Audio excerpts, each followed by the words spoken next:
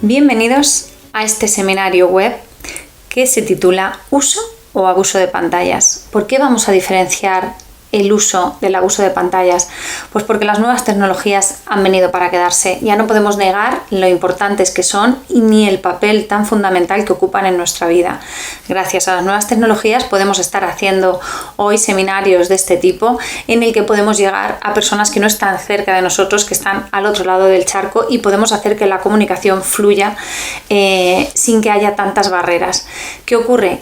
Que no es lo mismo hacer un buen uso que hacer un mal uso de estas nuevas tecnologías. Te pongo un ejemplo. Cuando hablamos de cuidarnos, de tener una vida sana, hay un punto medio que es el equilibrio, que es hacer una vida saludable, pero sabemos que en un extremo tenemos la vida sedentaria, que nos dicen los profesionales de la salud que no es adecuada, que no es beneficiosa para nuestro organismo, y en el otro extremo tenemos estas personas que hacen un culto al cuerpo excesivo, y se conoce con el término de vigorexia, y sabemos que ni la vida sedentaria ni la vigorexia es lo importante ni lo que tenemos que buscar, sino tenemos que buscar el punto medio, el equilibrio, y ahí es donde hablamos de una vida saludable. Cuando hablamos de pantallas vamos a hablar exactamente de lo mismo, y es lo que quiero traeros hoy en este seminario. Quiero hablaros de qué diferente es hacer un uso adecuado de las nuevas tecnologías a hacer un mal uso de las mismas. Y para ello, en el webinar, en el seminario de hoy, quiero hablaros de varias cosas. Por un lado, quería empezar explicando qué dice la neurociencia o qué explicación da la neurociencia precisamente sobre las nuevas tecnologías, ¿no? ¿Qué es lo que dicen? Si realmente son tan adictivas como nos están contando. Asimismo, me gustaría detenerme en la parte que tiene que ver con los videojuegos y las redes sociales, que es como, digamos, la parte central o troncal con el uso de las nuevas tecnologías referidas a nuestros hijos, ¿no? ¿Para qué usan nuestros hijos hoy día las nuevas tecnologías? Pues fundamentalmente o bien para jugar, es decir, entretenerse, o bien para relacionarse con sus iguales, y en este caso estaríamos hablando, por ejemplo, de redes sociales. Y en otro punto me gustaría hablar en concreto de ese uso adecuado de móvil, cómo podemos hacer un uso adecuado de móvil, y hablaremos pues de contratos, de qué podemos acordar, de llegar a acuerdos con nuestros hijos para que precisamente nos mantengamos en ese equilibrio del que estamos hablando, y acabar este seminario y cerrar el seminario con alternativas a las pantallas. Sí, porque decimos que las tecnologías están aquí, han venido para quedarse, no podemos demonizarlas, pero igualmente sí que, dependiendo de la edad de nuestros hijos, además, podemos hacer un uso responsable sin hacer un uso excesivo de las mismas. Entonces vamos a buscar alternativas, porque si tenemos una alternativa a la pantalla nos va a ser muchísimo más fácil hacer un uso o un buen uso adecuado de la misma. Dice Haim Ginott que los niños son como el cemento fresco, todo lo que cae sobre ellos deja marca. Con esta frase quiero empezar a hablar sobre qué dice la neurociencia sobre las nuevas tecnologías, y esta frase yo creo que nos viene al pelo, porque hay muchas personas que pensamos que las tecnologías no tienen importancia, son un instrumento más, como el que tiene una lavadora en casa y le hace la vida más cómoda, pero hoy día, gracias a la neurociencia, sabemos mucho más, y sabemos que la exposición prolongada y más a temprana edad a las pantallas es perjudicial para el desarrollo de nuestros hijos en la infancia, y además es algo que ocurre ya de por vida, es algo que ya digamos que va afectando a su desarrollo. Interfiere en muchísimas cosas, como la adquisición del aprendizaje, en lo que se refiere a que les sobreestimula, les hace ver la realidad más estática. Esto es importante que lo tengamos en cuenta, porque muchos papás me dicen, bueno, en mi época yo también veía dibujos animados y no pasaba nada. Los dibujos animados han cambiado mucho. Si os fijáis en los dibujos que veían vuestros hijos cuando eran muy pequeños, si tenéis hijos ahora ya mayores, o incluso vosotros mismos, a los dibujos que se consumen hoy día, el cambio es brutal, y nos ocurre lo mismo con las películas, ¿no? Ahora vemos, como adultos, vemos una película, pues no sé, Lo que el viento se llevó, y nos podemos quedar maravillados con el texto, con el escenario, sabiendo que, jolín, lo que se ha avanzado, ¿no? Esa película la hacen hoy día y nada tiene que ver en cuanto a colores, en cuanto a giros de cámara, a movimiento. Lo mismo ocurre con los dibujos animados, ¿no? Yo os pongo un ejemplo. Cuando mi hijo era pequeño veíamos, por ejemplo, Pocoyo, O bueno, porque yo también es un dibujo movido, pero tenemos Kaiju, o tenemos dibujos de hace muchísimos años que incluso nosotros veíamos. Yo recuerdo ver incluso dibujos del Quijote en aquella época, y sin embargo hoy día ves dibujos como Ladybug, los pijamas, bueno, un sinfín de dibujos animados donde los movimientos son muy rápidos, ¿no? Nos dicen los expertos que se dedican a los temas audiovisuales y a las películas y a la edición de vídeo, que hay muchísimos frames por segundo, es decir, nuestro cerebro está recibiendo continuamente impulsos, fogonazos, que lo que está haciendo es mandar mensajes muy rápidos, que esto va directamente al cerebro de nuestros hijos y se traduce en lo que decimos cuando un niño está delante de una televisión, está totalmente paralizado, ¿no? Hay muchos niños que se mueven cuando ven los dibujos y no paran quietos porque no tienen edad todavía para estar delante de una pantalla, que eso lo veremos más adelante, pero sí que es cierto que cuando se quedan delante de unos dibujos suelen estar inmóviles, estáticos, y cuando salen de ese escenario, para ellos la realidad pasa muy lenta, porque aunque no nos demos cuenta, estos parpadeos, estos fogonazos que están llegando directamente al cerebro y que los niños ni mueven ni pestañean los ojos, cuando luego giran su mirada, giran la cabeza, lo que están viendo es un mundo que pasa a otra velocidad. Y esto interfiere en la adquisición de sus aprendizajes, dificulta la concentración, notamos a los niños que están más nerviosos, genera una baja tolerancia a la frustración. Digamos que el efecto a todos los niveles es grande, y esa exposición de manera prolongada afecta e impacta en la infancia. Es importante decir que cuando los niños son pequeños hay varios periodos clave en el desarrollo. Uno de ellos es de los 0 a los 3 años y otro es de los 13 a los 15 aproximadamente. Cuando los niños tienen de 0 a 3 años se empieza a producir una sobreproducción de neuronas, es decir, el cerebro empieza a desarrollarse a toda velocidad, ¿no? Tiene que empezar a generar nuevas conexiones, a poblarse de neuronas nuevas que se recubren de mielina, y esto es aún más intenso cuando llega la adolescencia. En la adolescencia ocurren dos cosas en el cerebro: por un lado la poda neuronal y por otro la mielinización, es decir, que se recubren los axones de las neuronas de mielina. ¿Y eso en qué se traduce?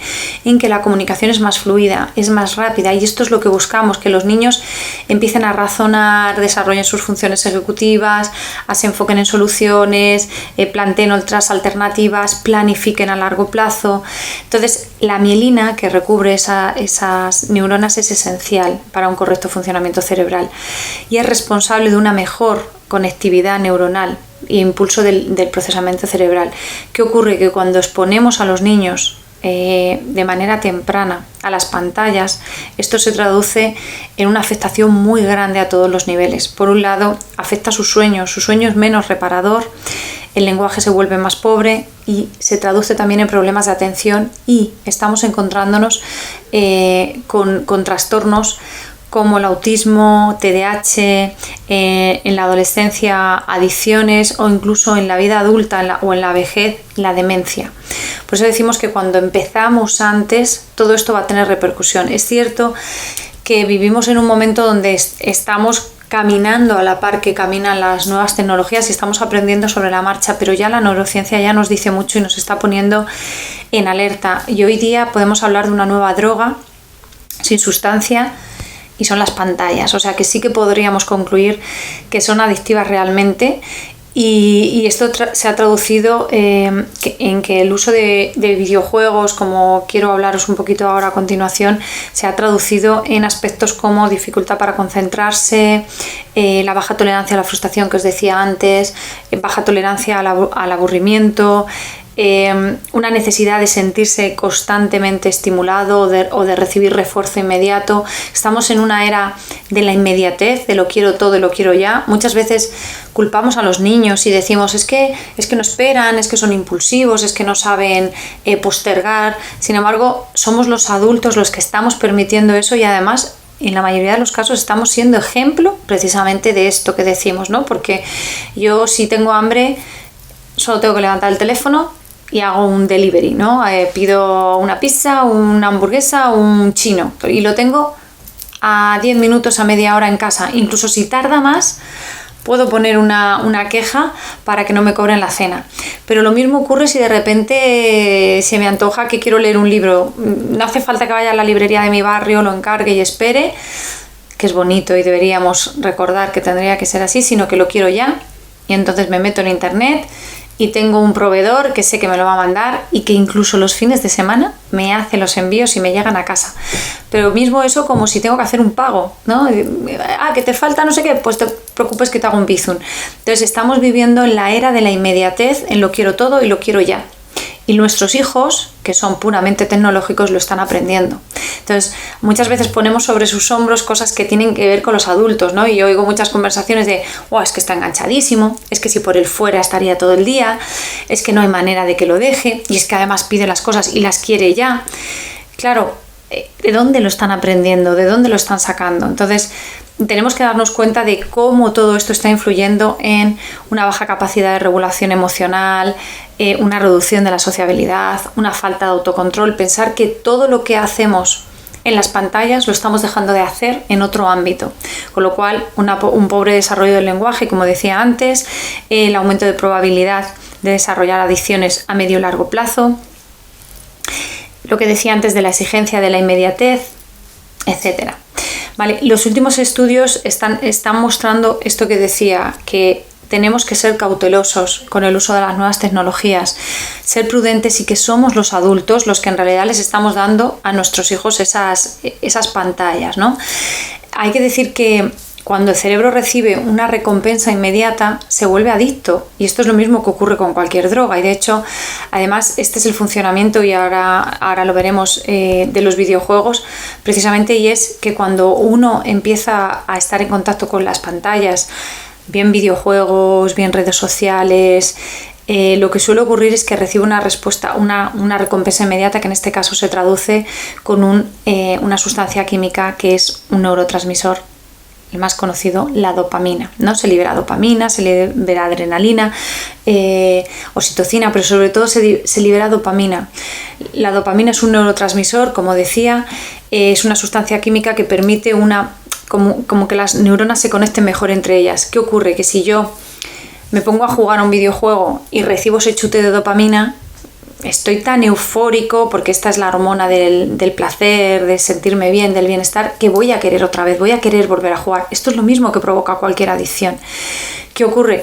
Que hay muchas cosas en la naturaleza que nos ayudan a liberar dopamina. Por ejemplo, hacer deporte, un partido de baloncesto con amigos, una carrera, ¿no? ¿Cuántas personas corren, hacen running o hacen atletismo? Y se sienten muy bien cuando terminan esa carrera, liberan dopamina. Sin embargo, no es comparable la cantidad de dopamina que uno libera al realizar ejercicio que cuando de repente se sube en una montaña rusa o juega su videojuego favorito. El chute de dopamina, el torrente de dopamina que a uno le llega, que su cerebro libera, es inmensamente mayor. ¿Qué va a ocurrir? Que el chico, en este caso nuestro adolescente, nuestro hijo, va a querer volver a repetir esa experiencia para volver a sentirse así, con lo cual va a buscar actividades que le provoquen ese placer. ¿Qué ocurre? Que al igual que las drogas, hay una cosa que se llama la tolerancia, y es que la siguiente vez, aunque yo consuma la misma cantidad, no voy a recibir el mismo efecto que la primera vez que lo hice, con lo cual tengo que aumentar la dosis. Y esto lo saben perfectamente las personas que crean los videojuegos o que crean estas redes sociales, saben perfectamente cómo nos pueden enganchar y cómo podemos estar enganchados a través del juego. Este es uno de los motivos de que muchas de estas plataformas, redes o videojuegos sean gratuitos, ¿no? Porque consiguen enganchar a las personas. Como decía antes, cada persona es un mundo y no a todos nos da placer las mismas cosas. Hay quien de repente disfruta enormemente de un ratito a solas escuchando una música sentado en su sofá, ¿no? Y ahí está liberando dopamina, está liberando ese neurotransmisor, que es el neurotransmisor excitatorio por excelencia. Pero luego también hay otras personas, y más llegada a la adolescencia, donde hay otro tipo de actividades que les van a provocar esa liberación de dopamina y les va a hacer sentirse bien, ¿vale?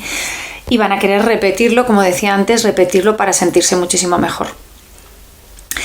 Hoy en día también sabemos que la dopamina está implicada pues en diferentes adicciones como consumo de drogas, las compras compulsivas, el uso del móvil, los videojuegos, las tablets, y genera ese deseo de volver a querer repetir esa conducta. Pensar que los videojuegos y los programas en general están diseñados para que nuestro cerebro quede enganchado sin apenas esfuerzo, ¿no? Vamos a lo sencillo, estamos creando un estilo de vida cómodo, lo que más queremos es estar bien, ser felices, que es cuando nos preguntan qué es lo que tú quieres, pues es ser feliz, y se nos olvida que las personas que crean estos programas son personas que además son expertos. Detrás de un videojuego hay psicólogos, hay programadores, hay investigadores, científicos, que lo que quieren precisamente es ver qué tienen que elegir, qué componentes tienen que tener precisamente para que nos quedemos ahí más enganchados.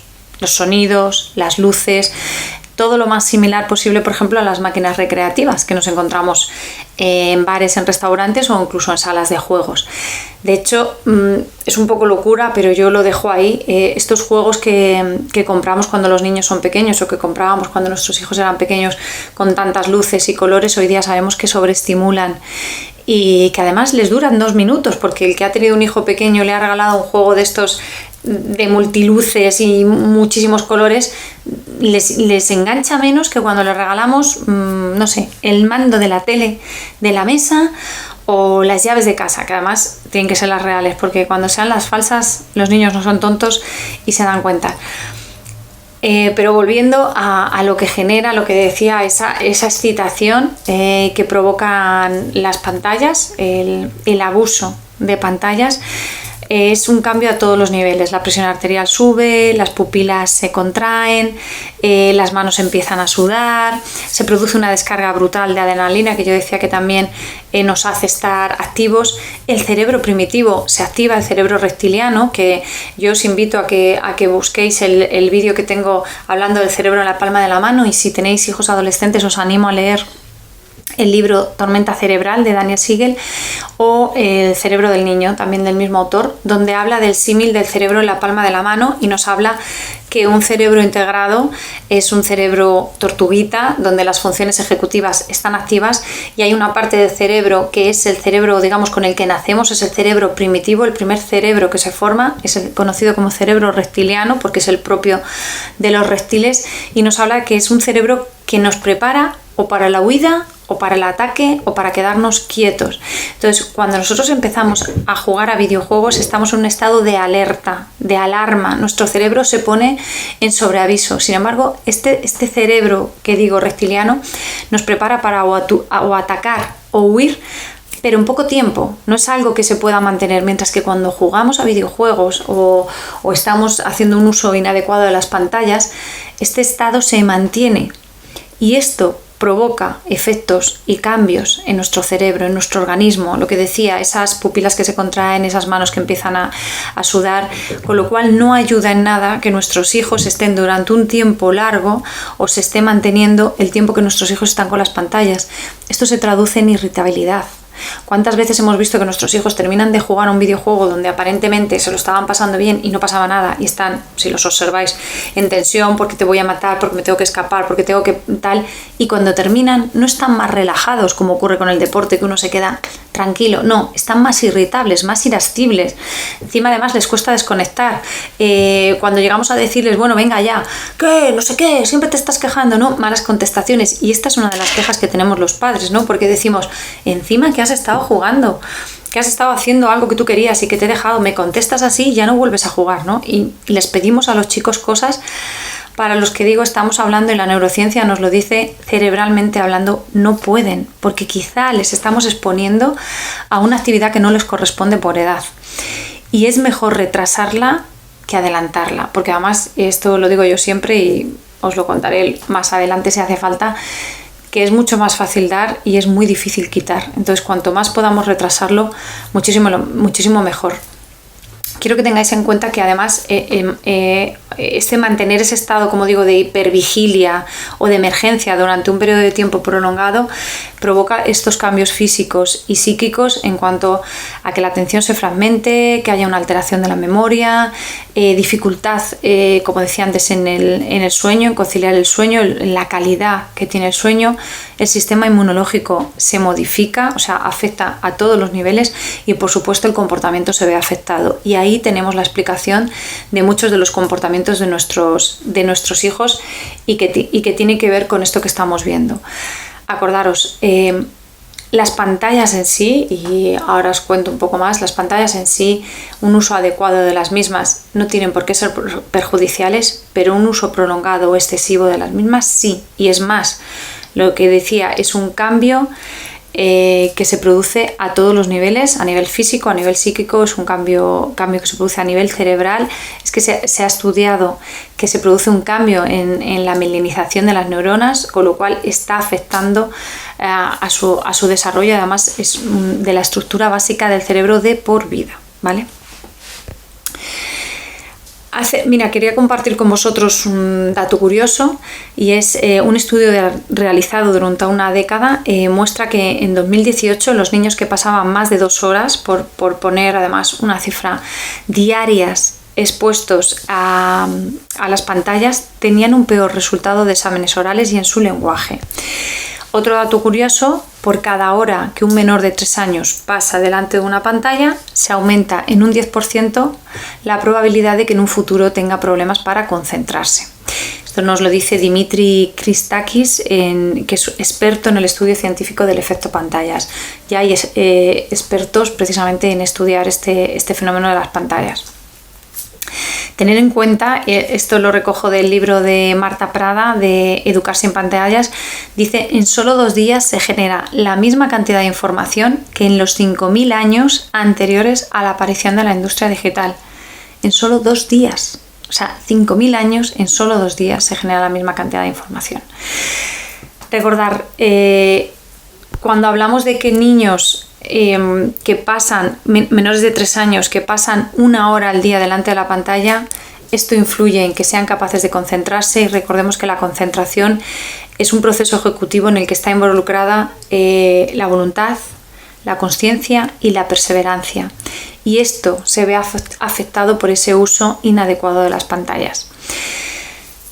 Tenemos que tener en cuenta, yo os daba este dato curioso que recoge Marta Prada en su libro, de cómo en 2 días se puede generar tanta información, y un ejemplo lo tenéis con lo que ocurrió durante la pandemia, ¿no? Estábamos en Instagram y veíamos contenido hasta el punto de que había gente que decía: no puedo más, no puedo consumir ya tanto contenido, ¿no? Nos estamos haciendo obesos digitales, es decir, estamos recibiendo tantísima información, mentalmente hablando, que nos estamos saturando, y hay quien habla ya de un colesterol mental, porque al final el contenido que consumimos es similar a cuando comemos comida chatarra.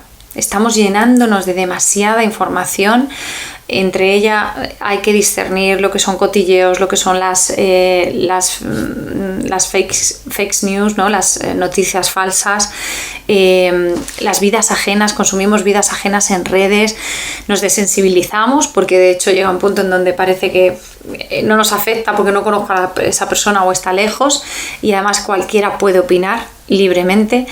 Y esto está provocando eso que digo, ese colesterol mental, produce ansiedad, estrés, dificultad para concentrarse e incluso para tener o discernir y formar así un criterio propio. O sea, afecta a todos los niveles. Bueno, y como os decía, ahora vamos a hablar sobre los videojuegos. Nos metemos de lleno en otro de estos alimentos que puede ser dañino para nuestros hijos. No todos los videojuegos son igual de dañinos, pero sí que es importante que sepamos qué van a consumir nuestros hijos. Cuando llega un cumpleaños, llegan las navidades o llega su primera comunión, suele ser el regalo estrella. Una tablet, un móvil, la Play, una Nintendo Switch.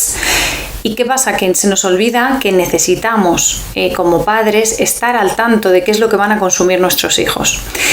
Hay una cosa en los videojuegos que se conoce como la normativa PEGI, no sé si os sabéis que todos los videojuegos lo llevan. De hecho, es una normativa que indica si ese juego lo puede jugar un niño con 3, con 7, con 12 o con 16 años. Y es importante que lo conozcamos. El otro día yo iba a comprar un videojuego para uno de mis hijos, y es un juego de Spider-Man, y cuando le di la vuelta ponía que era para mayores de 16.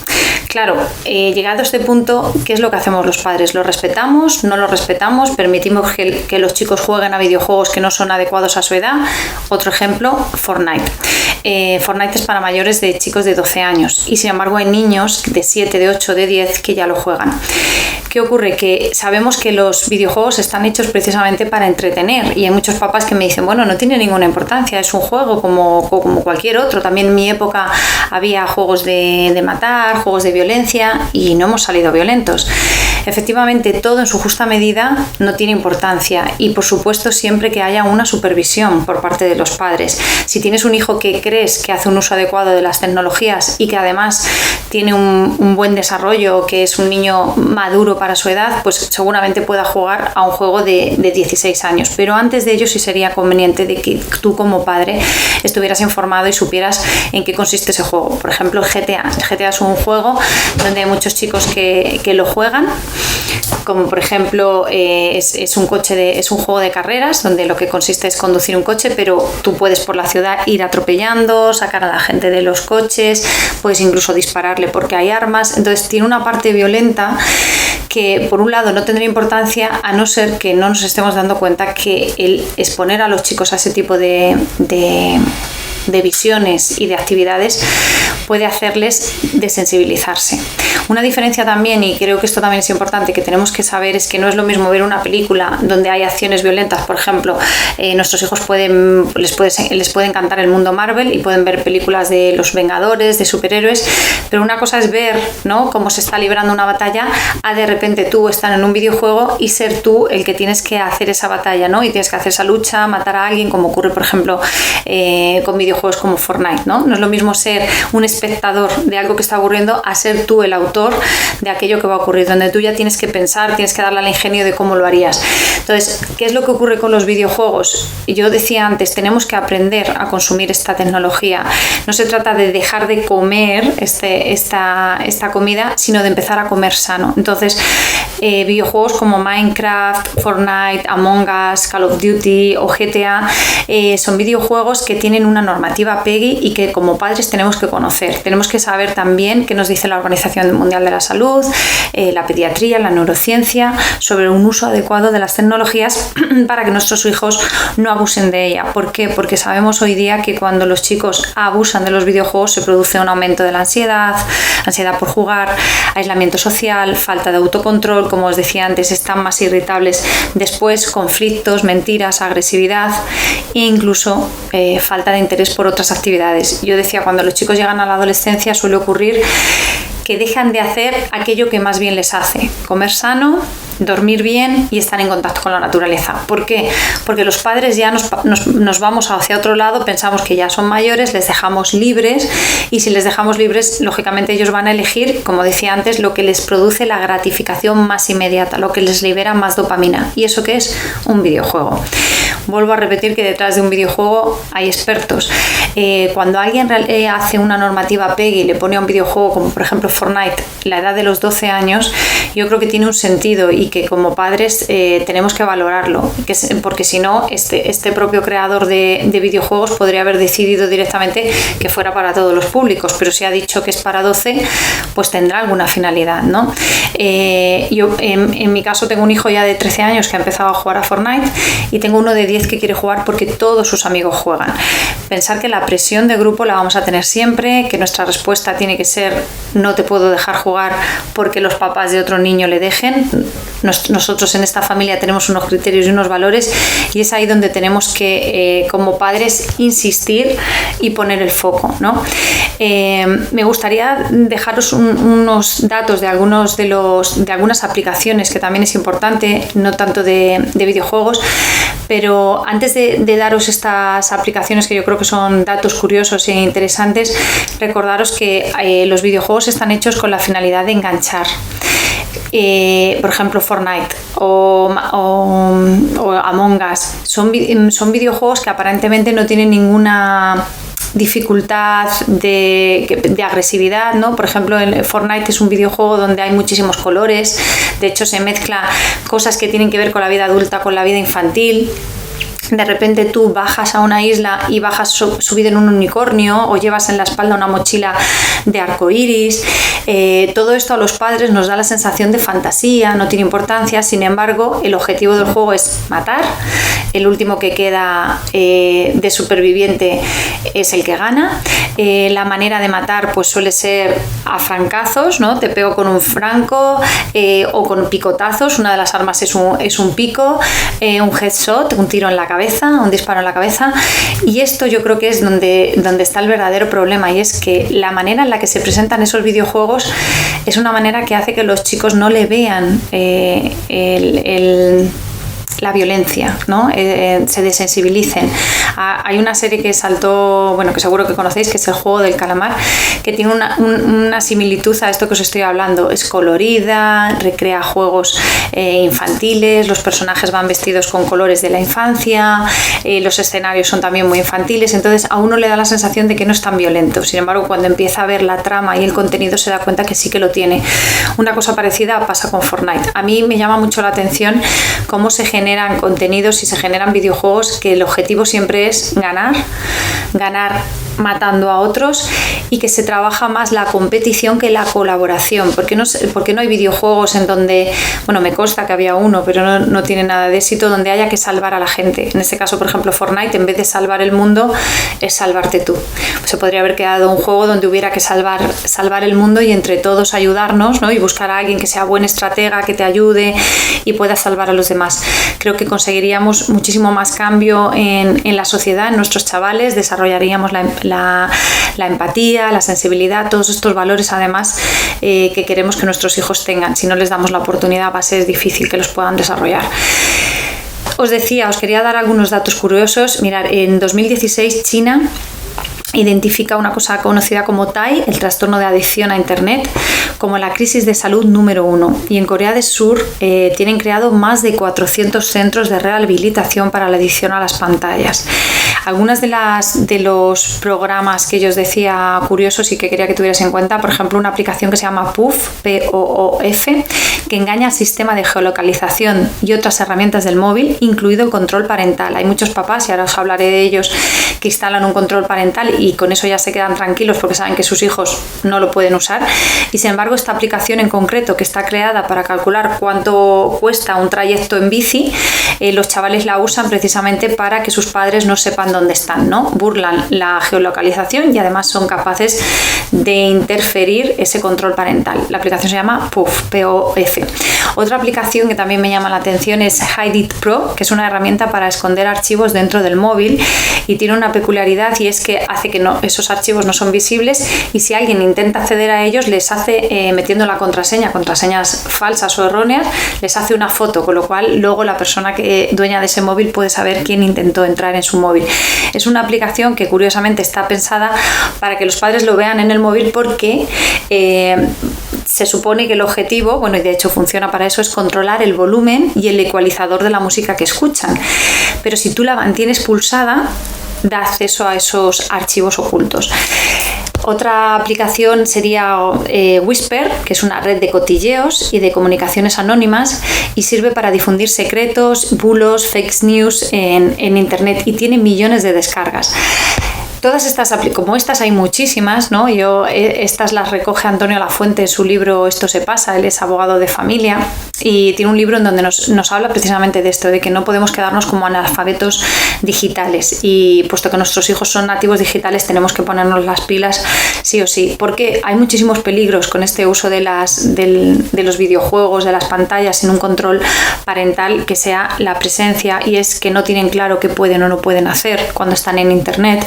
A veces reenvían fotos o vídeos sin darse cuenta de que si no tienen el consentimiento de la otra persona están cometiendo un delito. Exponen su intimidad a la vista de todos. Está muy de moda ahora hacerse selfies. Muchos incluso se hacen esos selfies con el uniforme del colegio y no se da cuenta que además tienen activada la geolocalización, con lo cual se puede saber muchísimo de ellos y de dónde están y lo que están compartiendo, y que, por ejemplo, no pueden tampoco compartir vídeos con contenido sexual o de acoso. Quería hablaros ahora de las redes sociales. Mirad, las redes sociales también, seguramente si tenéis hijos, vuestros hijos tiendan más hacia los videojuegos, y si tenéis hijas, niñas, tenderán más a las redes sociales. Pero bueno, es algo que está de moda y que no entiende de género. Las más usadas según la edad, pues os cuento, tenéis el TikTok, que tiene más de 1.500.000 descargas de la aplicación en todo el mundo. Tenéis el caso de las gemelas Twin Melody, con más de 14.000, con 4 millones de seguidores. Las redes de ahora que están usando nuestros hijos son sobre todo TikTok, Twitch, Instagram, Snapchat, OnlyFans, que también es para contactos y contenido sexual, Telegram, TikTok, y atrás quedaron aquellas que usábamos nosotros como Facebook o Twitter. Pensar que las redes sociales también tienen un enganche muy grande. Nuestros chicos además tienen activadas las notificaciones, que es una de las cosas que deberíamos pedirles que las desactivaran, porque están continuamente saltándoles las alarmas, y esto hace, y si os fijáis, los adolescentes sobre todo van con el móvil en la mano. Nos pasa a los adultos que acabamos de llegar a las nuevas tecnologías y estamos muy enganchados, pues ellos también van con el móvil continuamente mirándolo. Cada vez que les salta un anuncio, o sea, un mensaje, una notificación, ya están mirando el móvil, porque un me gusta, un nuevo seguidor o un comentario alentador de qué guapa te ves hoy te puede alegrar el día, pero también te lo puede arruinar. Y si antiguamente era el tema de ser popular en el instituto, ahora lo que está ocurriendo es recibir un me gusta, tener muchos seguidores. El otro día un niño con 10 años me decía: tengo 1.000 seguidores en TikTok, ¿por qué no me sigues? Que me gustaría pasar a los 1.001. Y yo le decía: es imposible que tengas 1.000 seguidores con 10 años, tú no conoces a 1.000 personas. ¿Tú te imaginas 1.000 personas el día de tu cumpleaños en tu casa? Al final lo que ocurre es que unos agregan a otros, el otro es amigo del otro, y cuando se quieren dar cuenta, pues ahí está abierto un poco el abanico, y no saben ni quién les ve, ni qué es lo que están compartiendo, ¿no? Es muy importante además que como padres ocurra lo mismo que os estaba diciendo con los videojuegos. Aquí no hay una normativa tan clara. De hecho, aplicaciones, por ejemplo, como Twitch no tiene control parental, y aplicaciones como WhatsApp no son recomendadas para menores de 16. Sin embargo, la mayoría de los chicos de 12, de 13 años, incluso de 10, ya tienen WhatsApp. ¿Por qué son tan peligrosas? Porque fijaros, cuando nosotros éramos pequeños no teníamos teléfono móvil y teníamos también discusiones con nuestras amigas y nuestros amigos, pero teníamos un trayecto desde que discutíamos hasta llegar a casa y poder coger el móvil suficientemente grande como para que la tapa del cerebro, para que volviéramos otra vez a integrar nuestro cerebro y pudiéramos hacer uso de las funciones ejecutivas. ¿Qué pasaba? Que yo discutía con una amiga y en el camino a casa, y mientras llegaba a casa, y además confiaba en que el teléfono estuviera libre, ya iba pensando: jolín, lo que me ha dicho, bueno, es que también yo le he contestado, bueno, es que ella, bueno, quizá hoy tenía un mal día, bueno, también es verdad que yo el otro día, quizá yo también me he pasado, y el tono con el que yo inicio la conversación es diferente. Sin embargo, ahora nuestros chicos que viven esta era de la inmediatez, en cuanto se enfadan, lo sueltan, y lo primero que hacen es coger el móvil y mandar un WhatsApp, bloquear, comentárselo a otra. Y esto, sabéis que esto es como echar una cerilla o encender un cohete. Estalla y les estalla. De hecho, ¿cuántos profesores nos cuentan que no pueden usar el móvil en clase, pero se pasan el día resolviendo conflictos y problemas que han surgido en grupos de WhatsApp? ¿Cuántos de aquí estáis en un grupo de WhatsApp del colegio y lo habéis visto? Como incluso los adultos, que se supone que tenemos un cerebro totalmente desarrollado en cuanto a funciones ejecutivas, y tenemos esas discusiones y nos enzarzamos en malentendidos, porque no es lo mismo escrito que hablado y no nos expresamos igual. Yo os decía que imagina lo difícil que va a resultar entonces si un chaval, si un adolescente entra en Instagram y recibe un me gusta. Eso ya produce una liberación de dopamina. Qué difícil va a ser motivarles de otra manera si están acostumbrados a recibir una gratificación de manera inmediata, y cómo se van a sentir y cómo va a tocar la autoestima si no lo reciben precisamente, ¿no? Si tengo la amiga o el amigo que está recibiendo un montón de me gustas, que tiene un montón de seguidores, y yo apenas tengo. Un dato curioso que quiero que tengáis es que el 86,7% de los niños de 10 años ya tienen un teléfono móvil, y un 77% hacen un uso diario en internet del mismo. Algunas de las redes sociales que os quiero dejar aquí un poco para que toméis nota. Tenéis Down, D-O-W-N, que es similar a Tinder y es para adolescentes, pero hace alusión a relaciones sexuales. Otras redes son OkCupid, Plenty of Fish, Mythic, Guapa, Guapo, algunas digitales algunas dirigidas exclusivamente a adolescentes entre 13 y 19 años, o plataformas como Sport-A-Friend con más de 1 millón de miembros en España, solo en España. Hay otras plataformas que están ahora también muy de moda, que a los chicos les gustan mucho, y a las chicas, que son las de preguntas anónimas, y están triunfando entre los chicos entre los 13 a los 20 años, como Curious Cat o Discrash. ¿Qué peligros hay? Vuelvo a lo mismo que estaba diciendo antes, pues los chicos se hacen selfies, lo suben a las redes sociales, tenéis además muchas cuentas que os van a ayudar precisamente a saber si las cuentas de vuestros hijos están hipersexualizadas. Yo tengo en mi canal de Telegram, para las personas que estáis suscritas, un test donde lo único que necesitas es una foto de alguno de tus hijos en alguna de su red social, y tú ahí vas a poder valorar precisamente si esa cuenta está hipersexualizada o no. Los chicos empiezan a subirse muchas fotos sin contenido de texto, simplemente la foto con postura, con gestos, con tonos de luz, con miradas. Y fijaros, solo un dato curioso, ahora está muy de moda otra vez, parecía que salíamos y sin embargo están ahora muy de moda el tema de las bandas, y estamos viendo cómo en las bandas tienen su propia jerga, se hacen mensajes y lo hacen incluso a través de fotos, ¿no? Con posturas que ellos hacen con la mano, y pueden identificar quién pertenece a su banda, quién pertenece a la otra. Y ya me ha llegado casos de padres donde han tenido conflictos con tonterías de este tipo, ¿no? Unos padres me llaman y me dicen, resulta que le dijeron que se pusieran una foto y le dijeron que hiciera una postura. Bueno, pues al día siguiente vinieron a casa y le dieron una paliza.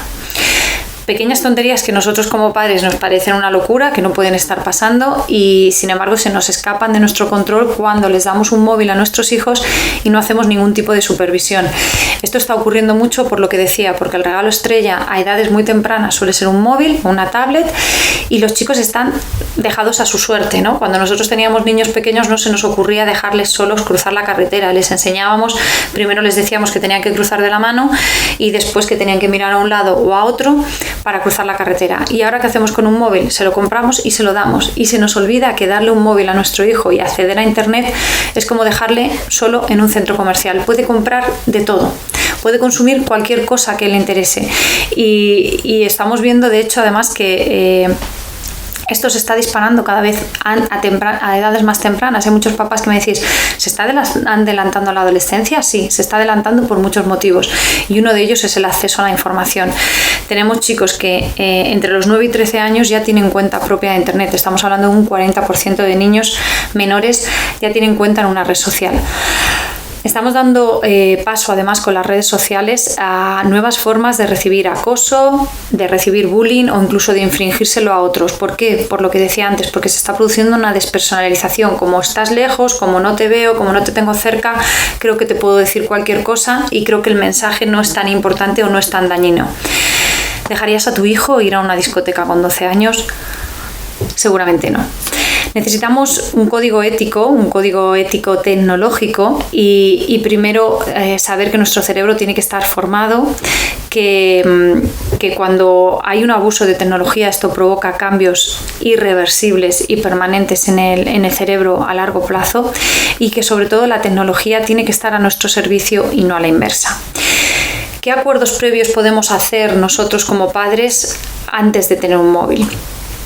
En primer lugar, podemos usar un control parental. Yo os decía, hay muchos controles parentales hoy día.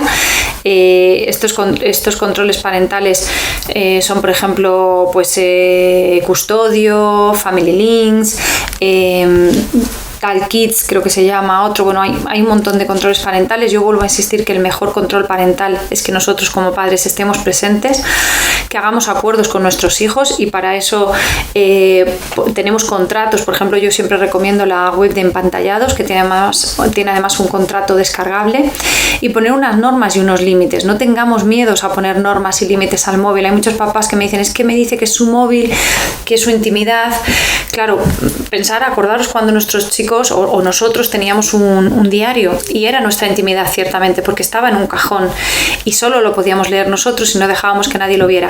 Sin embargo, ahora los chicos tienen un móvil con contenido que están subiendo a redes sociales de manera pública y lo están viendo miles de personas, ¿no? Preguntarle a vuestro hijo mañana si le apetece ponerse a bailar en mitad de un restaurante, te va a decir que no, que le da vergüenza. Sin embargo, cada vez que se graban un TikTok, es eso lo que están haciendo, ¿no? Entonces, por un lado, esos controles parentales, como os decía, Custodio, Family Links, Kidel, Talkids, Norton Family, bueno, hay un montón de cortafuegos que nosotros podemos poner para que nuestros hijos no entren a determinadas páginas y no descarguen contenido inapropiado, porque desde luego no penséis que el contenido que hay en internet está regulado, porque ya os digo, haría falta un código ético tecnológico y podéis bloquear pornografía, impedir determinadas páginas web, pero aún así se las saltan. Quiero decir, esos controles parentales no son efectivos al 100% y lo mejor es que vosotros tengáis una buena relación con vuestros hijos para que os puedan contar lo que ven, lo que consultan y que incluso periódicamente os podáis sentar con ellos y ver un poquito qué es lo que ellos están viendo.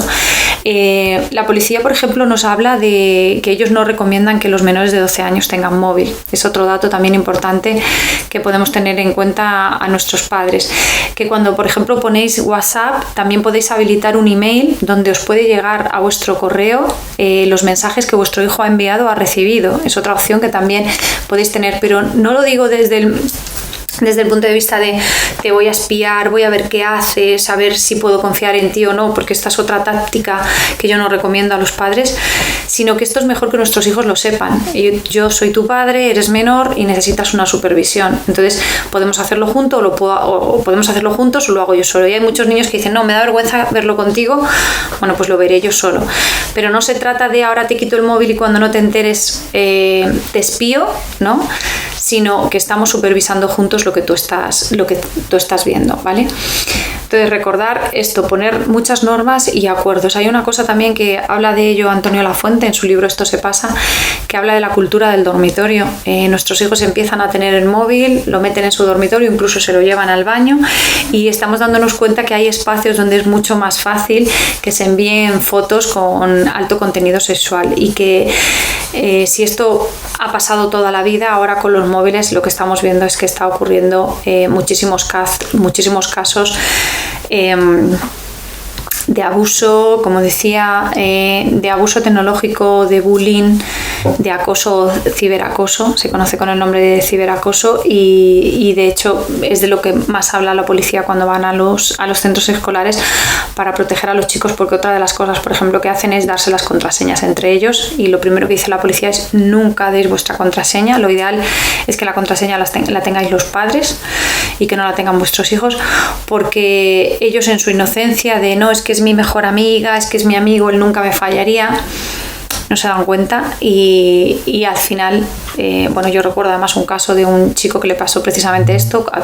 Todos sus amigos tenían la contraseña, uno de ellos se enfadó con él y entró en su Facebook y empezó a mandar mensajes y a subir publicaciones en su nombre como si fuera de él y el chico lo pasó muy mal porque se sintió, bueno, pues lo primero ridiculizado porque se había reído de él, pero también había vulnerado su intimidad y había puesto palabras en su nombre que él no diría y tenemos que tener muy en cuenta precisamente que si nuestros hijos se ven solos no nos lo van a decir y es importante que creemos una buena relación con ellos precisamente para eso. Por eso digo que está bien si queréis apoyaros en un control parental, pero no puede sustituir nunca a ese habla, a esa escucha, a esos momentos donde compartís, porque además ahora ya les consideráis más adultos, más autónomos, más independientes, ¿no? Con lo cual ahora podemos tener conversaciones más acordes a su edad. Quiero hablaros ahora de, para ya cerrar, qué alternativas tenemos al uso de pantallas. Yo sé que es difícil y cuando los niños son pequeños aparentemente es más fácil porque tenemos más juegos, puzzles o plastilina, dibujos, que pueden tener y no usar tanto las pantallas. ¿Qué nos pasa a los padres? Que se nos agotan las ideas y dar un móvil o una pantalla es lo más fácil que hay. Yo cuento muchas veces esta anécdota de un niño que le decía a su padre: papá, ¿me llevas a casa de mi amigo que tengo muchas ganas de jugar con él? Y el padre le dice: uff, qué pereza ahora llevarte a casa de tu amigo que vive en la otra punta. No, juega a otra cosa que pues déjame. No, con el móvil no te voy a dejar. Bueno, pues me bajo a la calle. No, bajarte a la calle ahora no, que es de noche, hace mucho frío, ¿cómo te vas a bajar? Y el niño cogió un balón y se puso a jugar con un balón de fútbol en el pasillo. El padre le dijo que cómo se iba a poner a jugar con un balón de fútbol en el pasillo, que si estaba loco, que podía romper cualquier cosa, que hacía mucho ruido. El niño le volvió a decir: entonces, ¿qué hago? Y el padre le dijo: pues juega con lo que tengas. Entonces el niño cogió unos juegos que hacían ruido y empezó a hacer ruido, y al final el padre le dijo: conéctate un rato al móvil, pero 10 minutos y se acabó.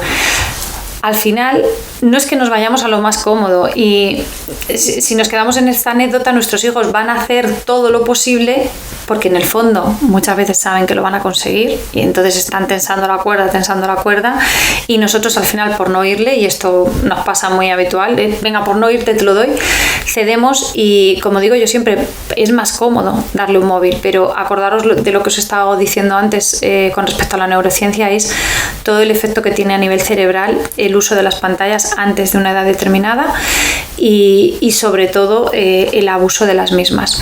Si queréis saber más sobre edades concretas en las que pueden usar los móviles o las pantallas vuestros hijos, tenéis las recomendaciones de la Organización Mundial de la Salud. Buscando en internet podéis encontrar. En mi cuenta de Instagram también tengo recogido mucho sobre pantallas, pero sobre todo hago alusión al buen criterio y a que vosotros mismos como padres os deis cuenta de qué es lo adecuado a la edad de vuestros hijos, cómo es vuestro hijo, cómo se siente él. No me vale que le deje el móvil o la tablet o la Play o vea una película, después mi hijo se ponga muy nervioso, le eche en cara y le diga: ves, es que no puedes ver nada. Soy yo el que me tengo que dar cuenta que no puede ver nada todavía, y eso puedo añadírselo y decírselo a mi hijo: cariño, es pronto, pensaba que podías y no puedes. Vamos a ir intentando quitar las pantallas poco a poco. ¿Cómo podemos hacer? Que yo os decía, esas alternativas al uso de pantallas con juegos, ¿vale? Para que no se nos agoten las ideas, tener siempre juegos en la recámara, tener siempre alternativas, ideas sanas. Lo ideal de ocio, ¿no? De ocio saludable al aire libre, pues que salgan con la bici, si tienen patinete, salir a andar, a correr, a trepar a los árboles, a los columpios. Claro, un chico de 15 años no va a ir a un columpio, pero sí puede salir a correr contigo, sí puede empezar a hacer, pues no lo sé, si quiere hacer calistenia, o si tiene patinete, con el patinete, salir con la bici, también lo puede hacer. Pensar que hay muchos hobbies que es bueno que empiecen antes de la adolescencia y que durante la adolescencia se mantengan, y eso es importante para su crecimiento y su desarrollo. Entonces hay que buscar esas alternativas según edad. Además, en el libro de Marta Prada, que ya os he citado antes y que os voy a dejar aquí reseñado, el de Educar sin pantallas, os da muchas alternativas, y además según la edad de vuestros hijos, ¿no? Cuando son más pequeños unos tipos de juego y cuando son mayores otros. A los más mayores, pues lo ideal va a ser escape rooms, actividades de movimiento, juegos de mesa. Invitar amigos, que vengan amigos a casa y se tomen una pizza con ellos y vean una película juntos. No es lo mismo verla tú solo en tu habitación que verla todos juntos, y que además incluso se pueda generar un debate. Ver con vuestros hijos series y ya podáis hablar de temas, organizar lo que decía, esos juegos de mesa, actividades fuera de casa, tener preparadas pues juegos de palabras, acertijos, todo eso que haga también al cerebro ponerse en marcha. Y intentar, sobre todo lo que decía, cuando son pequeños, retrasarlo lo máximo posible, porque luego quitarlo es más difícil. Alargar todo lo que podáis el juego en la calle, el juego social, el juego de mesa, el juego de movimiento, el juego manipulativo, las construcciones tipo Lego, porque llegada a la adolescencia esto va a ser más difícil. Entonces, si lo tenemos ya afianzado de antes, nos va a costar menos. Que se apunten a teatro, que se apunten a baile, que hagan salto, que hagan escalada, que os ayuden a reparar cosas en casa, ir con ellos a conciertos, o que empiecen a ir a conciertos, a tener como hobby la fotografía, la cocina. Lo que quiero decir es que tenemos que tener siempre en la recámara alternativas a las pantallas, porque si no lo más fácil va a ser que nos dejemos sucumbir y nos dejemos llevar por la presión, o bien de grupo o bien de nuestros hijos. Y además cuando llegan a la adolescencia no olvidéis que tienen más energía que nosotros, porque la propia juventud ya les da esa energía. De todas formas, si queréis saber más sobre uso o abuso de pantallas, os animo a que hagáis el programa de acompañamiento Bienvenida a la Adolescencia, donde además tengo la suerte de estar acompañada de 6 expertos, cada uno en temáticas diferentes, como por ejemplo Eli Soler, que nos va a hablar de los consumos en la adolescencia, va a hablar de todo tipo de consumos, incluido las pantallas.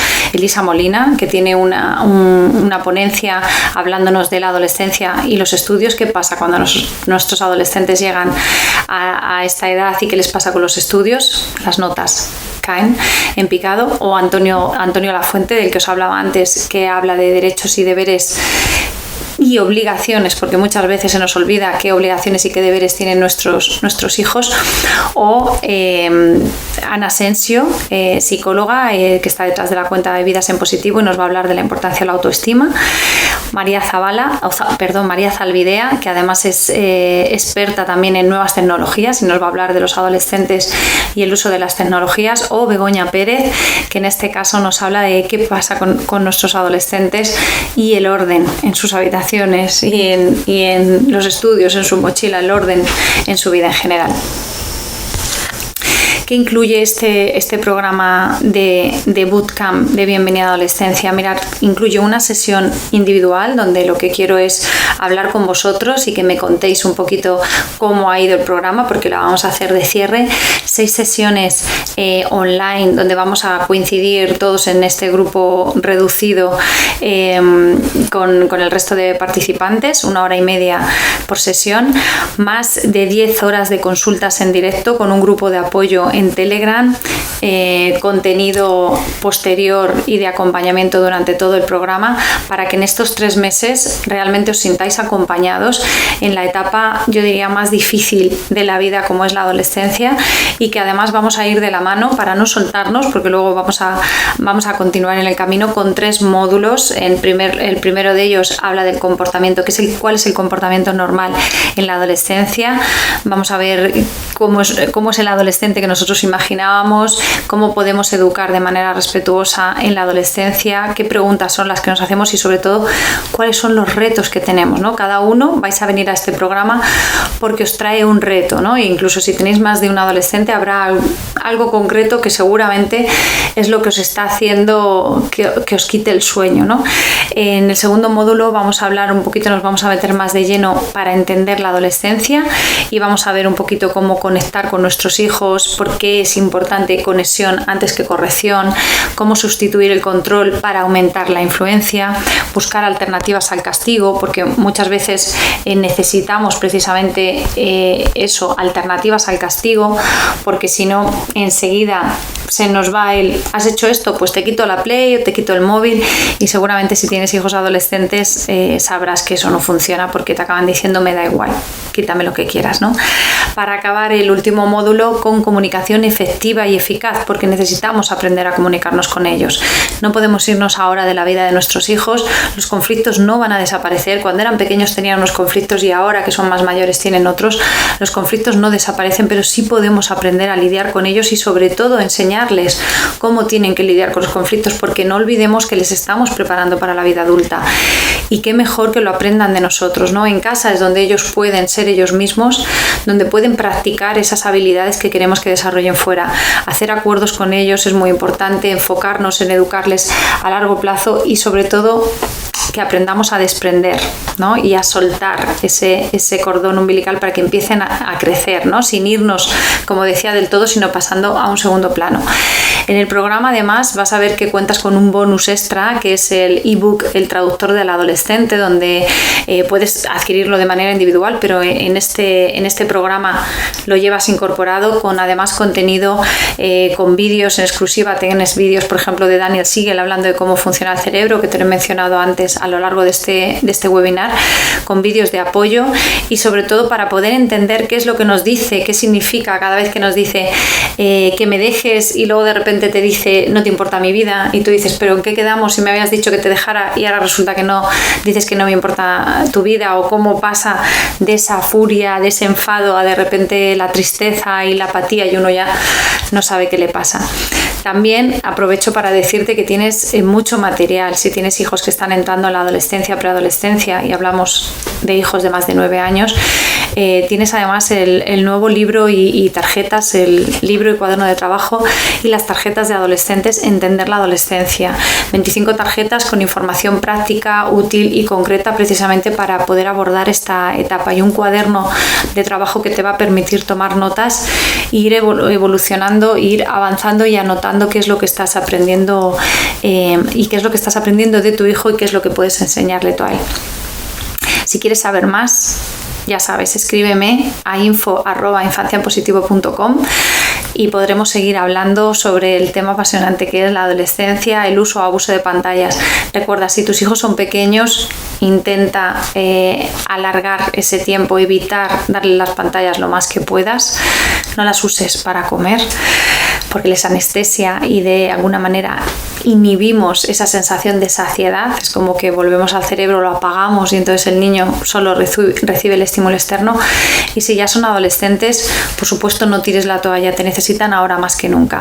El programa de Bienvenida a Adolescencia está diseñado precisamente para ti, que eres padre de hijos adolescentes. Ya vamos por nuestra tercera edición. En este momento confiamos en hacer muchas más y en seguir caminando de la mano de esos papás que les está suponiendo un reto la adolescencia y que no quieren que la adolescencia pase, sino que la quieren disfrutar como han disfrutado otras etapas de la vida, porque se puede disfrutar de la adolescencia, y lo único que tenemos que hacer es ser padres preparados y que nos pille la adolescencia, que nos pille preparados. Te animo también a que entres en Google, en nuestra web, y veas las opiniones de los papás que ya han pasado por nuestros programas y que te pueden dar una pista de qué vas a conseguir también si realizas este programa de Bienvenida a Adolescencia. Tienes además otro webinar que está titulado bajo el nombre de Malas Contestaciones, que es uno de los retos también que tenemos los padres cuando nuestros hijos llegan a la adolescencia, y es que está pasando que de repente este niño amoroso y maravilloso ahora me contesta de esta manera. Y en breve tendremos también disponible la de el regreso a las aulas, y cuando hablo de regreso a las aulas no es que llega septiembre y los chicos vuelven, sino qué pasa con nuestros hijos cuando llegan a la adolescencia y con los estudios. ¿Están tirando la toalla? ¿Todos los niños quieren ser youtuber?